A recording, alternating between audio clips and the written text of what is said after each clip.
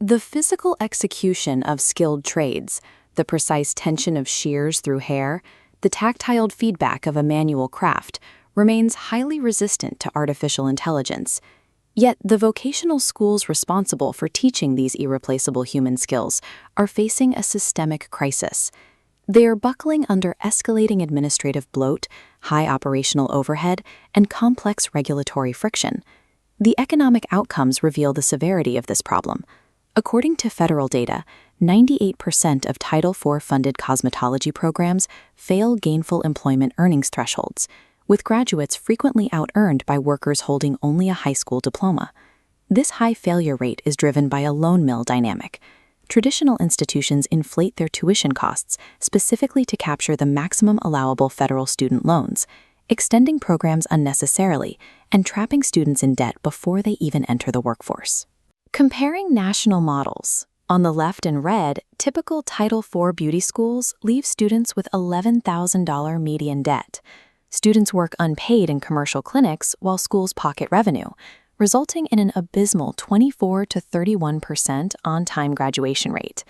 On the right in blue, Louisville Beauty Academy produces $0 median student debt. Practical training is 100% free community service, and the on-time graduation rate surges to 90%. LBA hits these metrics without cutting corners on state licensing requirements. They achieve this efficiency by completely decoupling their operations from federal student debt dependency, utilizing zero-interest payment plans and internal scholarships. Surviving without that massive influx of federal cash requires extreme operational efficiency.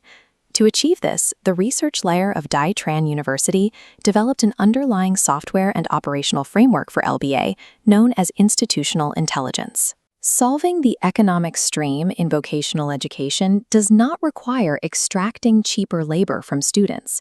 It requires automating the massive, invisible administrative layer that makes operating a compliant institution so expensive in the first place.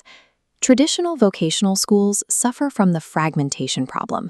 Critical records like student enrollment agreements, daily clock hour logs, and state catalogs are trapped in isolated operational silos. This flowchart illustrates what happens when administrators attempt to manually reconcile those isolated silos. A simple student clock hour entry hits immediate bottlenecks when human staff must stop and cross-reference state board alignments and mandatory instructor-to-student ratios. Over hundreds of students and thousands of hours, tiny manual errors accumulate. This causes operational drift, eventually swelling and fracturing the system, leaving the institution highly vulnerable during regulatory audits. Tran University intervenes by replacing manual data entry with an institutional intelligence layer powered by custom, rule-based AI agents. Here is the automated workflow in action. A student logs their attendance via a biometric scanner. That data packet instantly flows through continuous logic gates, verifying the school catalog and updating the central compliance file with zero human friction. Zooming in on the logic gate, you can see the system autonomously cross-referencing that real-time attendance against strict Kentucky administrative regulations for instructor-to-student ratios. It balances the variables mathematically before passing the data forward. This continuous orchestration creates a permanent, searchable database that preserves institutional memory. If an experienced compliance officer leaves the school, incoming staff can immediately pick up the workflows without losing historical continuity or risking an audit failure. Institutional intelligence shifts regulatory compliance from a chaotic, retrospective manual scramble into a continuous, real-time autonomous state. All of this technical automation serves a specific pedagogical theory. Tran University organizes LBA's operations through the triadic learning architecture. This 3D diagram breaks down the structure. It begins with the first pillar, the College of AI. This leg handles all technological efficiency, automated record-keeping, and continuous compliance tracking. With the AI pillar routing its processing power to bear the administrative weight, the second pillar illuminates, the College of Human Services. This is the tactile core, where physical touch, cosmetology techniques, and active empathy are taught.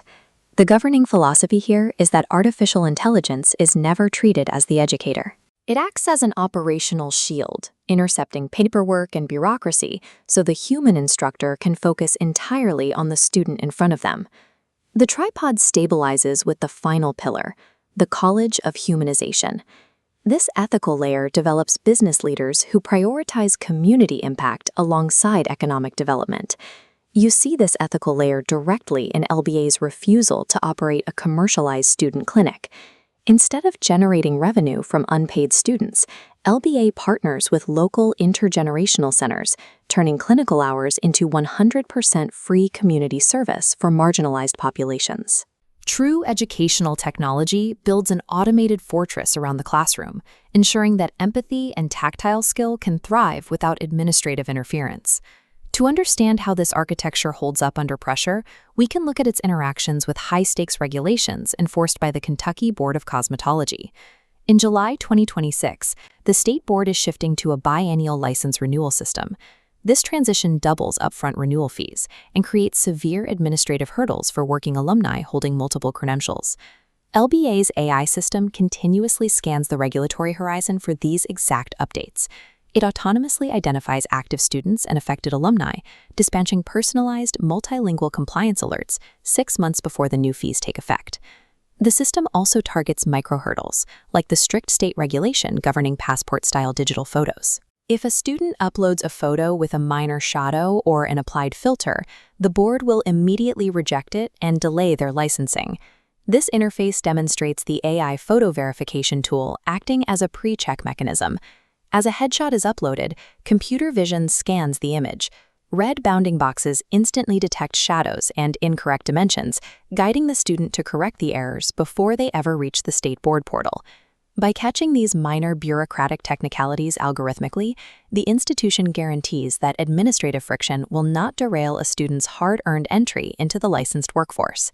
Administrative bloat is not the only systemic barrier to vocational success.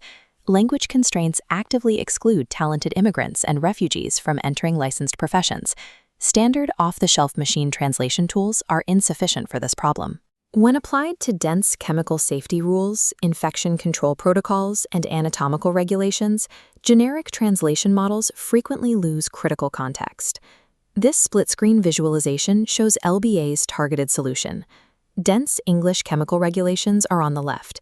As the text translates into Vietnamese and Spanish, custom-trained AI models, specifically programmed with cosmetology nomenclature, accurately retain the context of complex scientific concepts, highlighted here in color. LBA leveraged the empirical data from this multilingual pilot to show state legislators that language was an artificial barrier to workforce entry. This evidence of technical feasibility directly informed the passage of Kentucky Senate Bill 14, which dismantled that barrier by requiring state exams to be offered in multiple languages. Deploying generative AI in highly regulated spaces carries inherent risks. Probabilistic models can hallucinate facts, which presents a severe danger when dealing with state statutes and chemical safety. To manage this, LBA implements strict ethical guardrails, aligned with the U.S. Department of Labor's AI literacy framework. They operate exclusively on a human-in-the-loop governance model. Within this institutional intelligence framework, AI serves strictly as a drafting and organizational tool. Ultimate compliance determination and legal finality always require authorized human oversight. The success of the LBA proof of practice model provides a macro-level blueprint for national workforce development policy. Historically, public funding and government modernization grants have measured success through passive classroom attendance or broad awareness programs. These metrics consistently fail to deliver verifiable operational capability to the institutions actually doing the training. The alternative, as proposed in the 2026 NABA policy framework, is a transition toward implementation-based modernization grants. In Phase 1, institutions define priority use cases and establish strict operational baselines. Moving to Phase 2, agentic AI is deployed specifically into narrow, high-friction workflows. Finally, in Phases 3 and 4, institutions gather empirical data proving exact KPI improvements before scaling follow-on support. To protect public funds, these modernization grants utilize pay-for-success triggers. Capital is only released when an institution proves measurable operational improvements, such as maintaining a 95% automated compliance score or severely reducing manual audit times. This funding must be targeted effectively. As this map shows, capital should bypass corporate offices and route directly into essential, highly tactile community-level sectors like beauty services, plumbing, and local manufacturing. These exact sectors possess the highest resilience to AI job replacement, yet they are the most starved for the algorithmic administrative support needed to keep their businesses legally compliant. The Louisville Beauty Academy proves that decoupling vocational training from a toxic, debt-dependent federal model is entirely possible, provided the institution achieves ruthless administrative efficiency. Automating the administrative layer removes the specific barriers, from language gaps to debt cycles, that keep skilled workers from entering the licensed workforce. The ultimate goal of deploying non-human intelligence in education is to relentlessly protect, support, and elevate human labor.